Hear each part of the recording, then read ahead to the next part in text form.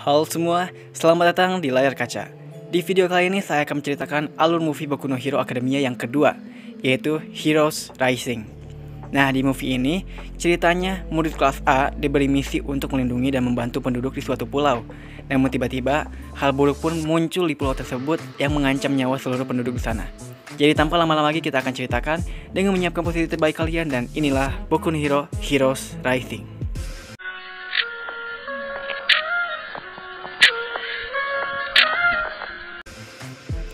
Cerita dibuka dengan para hero yang sedang mengejar Liga Penjahat. Mobil Liga Penjahat itu terlihat seperti membawa sesuatu, makanya para hero berusaha menghentikannya. Untungnya ada Endeavor yang dapat menghentikan mereka dengan kekuatan apinya yang besar. Dan ternyata, para penjahat itu adalah cloningnya Twice. Saat menyelidiki apa yang dibawa penjahat, mereka tidak menemukan apa-apa di sana, selain tempat untuk menciptakan homo golongan baru menurut Hawks. Namun di tempat lain, ada seseorang dengan kostum bergaris berwarna ungu bergabung dengan kelompoknya, dengan mengatakan bahwa percobaannya berhasil. Lalu Shin pun berpindah ke Pulau Nabu, yang ternyata di sana terdapat seluruh murid kelas 1A yang sedang membantu para penduduk. Ternyata para murid kelas 1A itu diminta oleh para petinggi komite publik untuk melakukan proyek rekomendasi kantor pahlawan. Proyek ini bertujuan untuk mengantisipasi tindakan kriminal dari para penjahat, dikarenakan populasi penjahat itu meningkat sesaat setelah All Might resmi pensiun saat di season 3. Para pahlawan yang berada di pulau tersebut juga sudah pada pensiun. Jadi kelas 1A lah yang akan melindungi dan membantu penduduk di sana. Menurut aturannya juga, para guru tidak boleh ada di pulau itu. Jadi kelas 1A benar-benar harus mandiri menyelesaikan permasalahan yang ada di sana. Kembali ke ceritanya, Midoriya, Uraraka, dan Jiro diminta oleh seorang kakak untuk mencari adiknya yang hilang. Setelah 1 jam berkeliling, akhirnya mereka menemukan si adik itu. Namun sebenarnya, si kakak hanya menguji seberapa layak mereka jadi pahlawan. Jadi si kakak tidak puas karena hanya dengan mencari adiknya saja membutuhkan 1 jam lamanya. Namun Midoriya tetap bersyukur adik itu dapat bertemu dengan kakaknya lagi. Di saat Midoriya sedang berlatih, dia bertemu dengan Bakugo.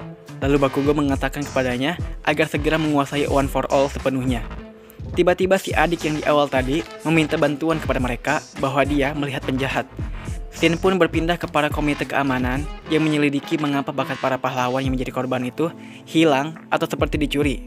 Lalu Shin berpindah ke Liga Penjahat yang penasaran apa isi muatan yang sebelumnya mereka bawa di mobil, tapi dihentikan oleh Endeavor di awal cerita. Shigaraki pun meminta mereka untuk tidak memikirkannya. Di kota Kyushu, ayah dari si kakak dan adik itu tiba-tiba diserang oleh kelompok penjahat di awal cerita. Lalu Nine, yaitu kelompok ketua itu, langsung mengambil kekuatan si ayah secara paksa. Setelah berhasil diambil, tiba-tiba tubuh Nine kesakitan. Dia berkata bahwa golongan darah B-nya masih belum cukup. Lalu cewek berambut merah itu mengambil gadget yang berisi video 2 orang anak. Nine pun berencana untuk mengunjungi anak itu demi mendapatkan golongan darah B sepenuhnya dan sekaligus kekuatannya. Midoriya dan Bakugo pun pergi ke lokasi penjahat yang si adik lihat. Ternyata terdapat serangga raksasa di sana. Bakugo pun menyerang. Namun dia pun menyadari sesuatu dan langsung membuat ledakan di tanah yang membuat si kakak keluar. Ternyata itu adalah kekuatan si kakak yang dapat membuat objek ilusi. Bakugo pun marah besar karena dipermainkan mereka. Untungnya ada Midoriya yang dapat menahan amarah Bakugo. Kedua anak itu pun lari. Keesokannya, Midoriya akan pergi untuk membantu warga. Namun dia pun bertemu si adik di sana dan mengobrol. Mereka membicarakan tentang pahlawan dan kekuatan. Si adik pun ingin jadi pahlawan, tapi dia merasa kekuatannya tidak cocok untuk jadi pahlawan. Midoriya pun menyemangatinya untuk tetap berjuang. Tiba-tiba, kekacauan terjadi di pelabuhan. Saat si kakak menelepon pahlawan untuk meminta bantuan, sambungannya pun langsung diputus oleh Chimera. Lalu penjahat Mami pun membuat kerusuhan di pasar. Mineta, Aoyama, dan Hagakure yang tidak sengaja bertemu dengannya pun mau tidak mau harus bisa mengalahkannya. Di pantai juga, Chimera membuat kerusuhan. Ojiro pun berusaha menahannya, sedangkan Tokoyami diminta untuk memberitahu teman-temannya yang di kantor. Satu warga memberitahu pahlawan di kantor bahwa ada penjahat di pasar. Tokoyami yang telah sampai juga melaporkan ada penjahat di pantai. Lalu Lida membagi 2 kelompok untuk pergi ke 2 lokasi tersebut. Midoriya yang mengkhawatirkan si kakak dan adik pun pergi ke rumahnya untuk mencari mereka. Saat Mineta dan Aoyama tersudut, kelompok Bakugo pun telah datang untuk membantu mereka. Singkat cerita, Bakugo pun dapat mengalahkan Mami hingga tak sadarkan diri.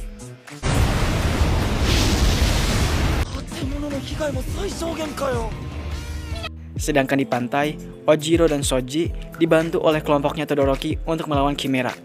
Di tempat lain, saat si kakak dan adik akan pulang ke rumah, rumahnya pun langsung dihancurkan oleh Nine. Nine pun mengatakan bahwa dia ingin merampas kekuatan si adik dan tidak akan membunuhnya.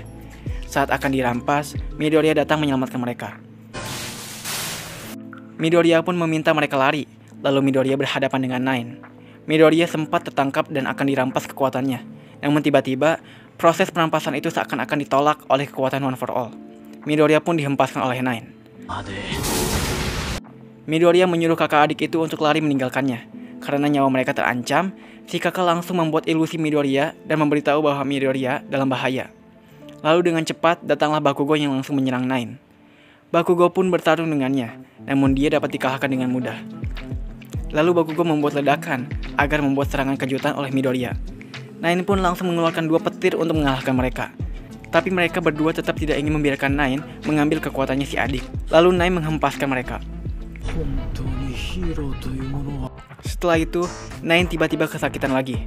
Saat Slice akan membawa kakak adik itu, datanglah Shoji, Koda, Uraraka, dan Tsuyu yang berhasil menyelamatkan mereka. Slice pun memberikan tanda untuk mundur. Di malam hari, semua penduduk dan pahlawan ditempatkan di suatu bangunan untuk beristirahat dan menyembuhkan korban-korban yang terluka. Si adik pun ingin menyelamatkan Midoriya dan Bakugo dengan kekuatannya. Itu karena kekuatan si adik adalah mengaktifkan kembali sel-sel dalam tubuh. Setelah berjam-jam, si adik masih tetap melakukan penyembuhan kepada mereka berdua. Di ruangan lain, Yaoyorozu mengatakan bahwa dia telah mengirim pesan darurat dengan menggunakan drone buatannya. Dan paling cepat bantuan itu akan datang dalam 6 jam. Di saat semua bingung apa yang diincar penjahat, si adik langsung memberitahu mereka bahwa dia yang diincar. Si adik pun berniat untuk menyerahkan dirinya demi penduduk Pulau Nabu. Namun Midoriya dan Bakugo yang akhirnya telah sadar berkat kekuatan aktivasi sel si adik menentang hal itu. Mereka pun di sana berencana untuk tetap menyelamatkan penduduk pulau dan memenangkan pertarungan. Midoriya pun memiliki rencana untuk mengevakuasi penduduk dan menjadikan tempat itu sebagai markas mereka. Setelah itu, mereka akan mencoba untuk memisahkan 3 penjahat ke 3 lokasi berbeda dan mengalahkannya. Jika belum bisa dikalahkan, mereka akan menahan penjahat itu sampai bantuan tiba. Pagi pun telah tiba. Para penjahat berhasil masuk ke tempat yang direncanakan. Lalu Aoyama dan Yaoyorozu berhasil memisahkan mereka bertiga. Setelah itu, Zero dan Uraraka berusaha agar Nine mengeluarkan seluruh bakatnya agar dia kesakitan. Slice yang terjatuh ke gua langsung disambut oleh serangan Ashido dan Tokoyami. Sedangkan Chimera disambut langsung oleh penantangnya yaitu Asui, Todoroki, Kirishima, dan Lida. Setelah serangan bertubi-tubi, Zero dan Uraraka dengan bantuan Mineta tetap tidak dapat menghentikan Nine.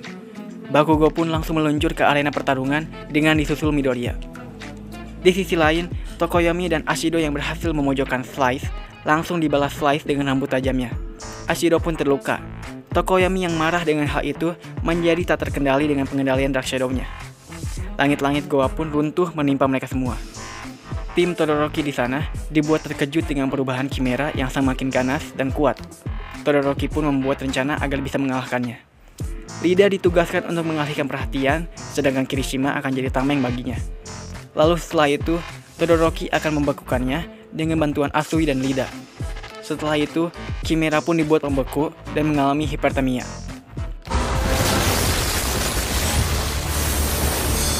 Nine pun kesal dan membuat sambaran petir besar, dan itu membuat Bakugo dan Midoriya pingsan. Jiro dan Ojiro pun berusaha untuk menahannya, namun tetap saja gagal. Di saat Shoji terkena serangan, dia, Jiro, dan Ojiro akan menyerang Nine bersamaan, tapi dihempaskan begitu saja. Si kakak yang berusaha melindungi si adik ditangkap. Tanpa berpikir, si adik bergerak maju, lalu Nine ditendang oleh Midoriya. Ternyata mereka tidak pingsan, hanya saja Kaminari berhasil menangkal petir tersebut. Midoriya dan Bakugo yang telah melancarkan serangan keras malah membuat Nine bertambah kuat. Mereka pun menyerang dengan kekuatan penuh, tapi tetap saja bisa dihempaskan.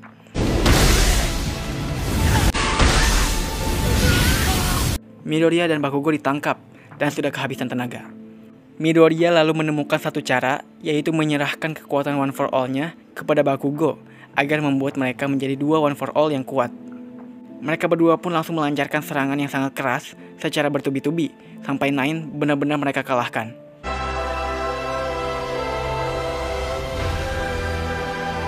Mereka pun melancarkan serangan terakhir yang membuat Nine terhempas dan kehabisan tenaga. Saat Midoriya sadar di pangkuan All Might, dia memberitahunya bahwa dia telah menyerahkan One for All kepada Bakugo dengan terpaksa demi menyelamatkan penduduk. Bukannya marah, All Might malah kagum kepada Midoriya yang telah mengorbankan kekuatannya. Namun All Might menemukan fakta bahwa One for All tidak terwariskan ke Bakugo, karena Bakugo sudah tidak sadarkan diri saat pewarisannya belum selesai. Atau bisa jadi, keajaiban yang terjadi ketika seseorang berkorban dan ingin menyelamatkan orang banyak. Setelah itu, para penduduk dan hero mendapatkan bantuan medis dan beberapa hero di sana. Shigaraki pun mendatangi Nine, lalu menjadikannya butiran debu. Bakugo pun tidak mengingat sama sekali tentang diwariskannya One for All, dan kekuatan itu tetap ada di dalam diri Midoriya. Beberapa hari kemudian, kelas A pun akhirnya akan kembali ke UA tanpa memberitahu penduduk. Tapi dua bocil itu pun datang untuk mengucapkan selamat tinggal dan akan menjadi hero yang hebat. Dan film pun berakhir. Nah, begitulah alur cerita dari movie kedua BNHA ini. Gimana? Seru gak? Gimana jadinya ya bila One for All benar-benar terwariskan ke Bakugo? Mungkin Bakugo malah akan menjadi semakin kuat dan gak terkalahkan ya. Nanti jika movie ketiganya sudah keluar, saya akan ceritakan juga ya di sini. Oke, segitu dulu dari saya. Jaga kesehatan kalian semuanya ya, dan salam film.